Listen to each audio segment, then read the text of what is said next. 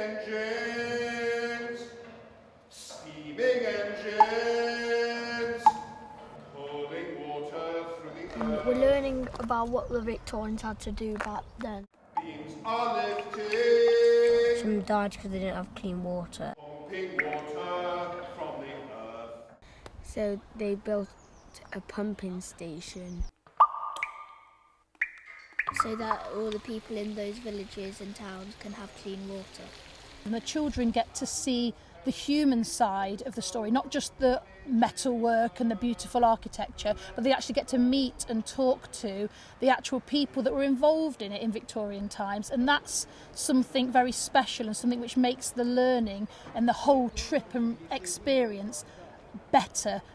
We've watched some of the people do their jobs. We call this a possing stick. Like, we went to the scullery and we helped Mrs. Montague with her washing because it's Monday, which is washing day. Because it was quite interesting to see how they washed clothes and also during the washing, some of the toys that they played with weren't nothing like what we have now. The more active the children can be in their learning, the better. Good sort of insight into the Victorian impact on how we sort of have access to water in the modern day.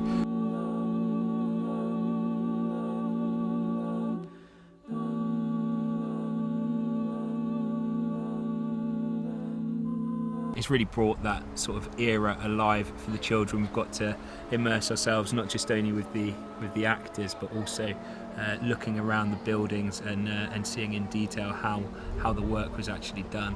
I think what we've achieved today is to give some young people a really unusual and important experience engaging with an amazing heritage and museum site.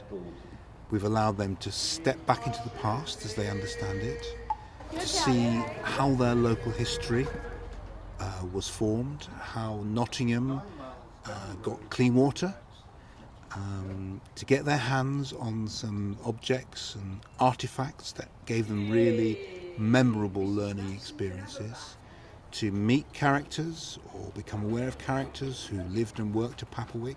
So they got a really deep and physical understanding immersed in the past, as well as giving them a chance to think about water and its importance globally today. I think I know what it does. They put it on their head like that. Why do they put it on their head, Megan? I don't know, but they... Instead of just seeing pictures about things, you actually get to see it in person. So you get more experience. How many litres do you think the engine was able to raise? Being able to give children the hands-on experience out here in the real world rather than just looking at books or videos in the classroom is vital for them to really understanding and really getting what it is we're talking about. A human is made up of 60% water. It's all well and good to sit there and try and be as creative as you can in the classroom, but nothing beats the children actually being able to experience real life people in the real life settings and be able to ask them questions and really immerse themselves in the time period that it was set. I will never forget what my father said to me on his deathbed. Thomas, he said, Thomas Oxley, always do what you believe is right.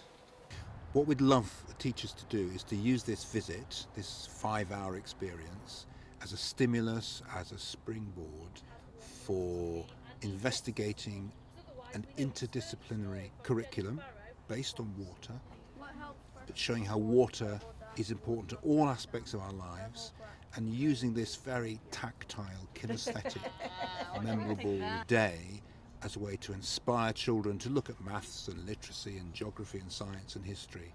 So it really is a starting point for lots of other work. Each school will do it differently.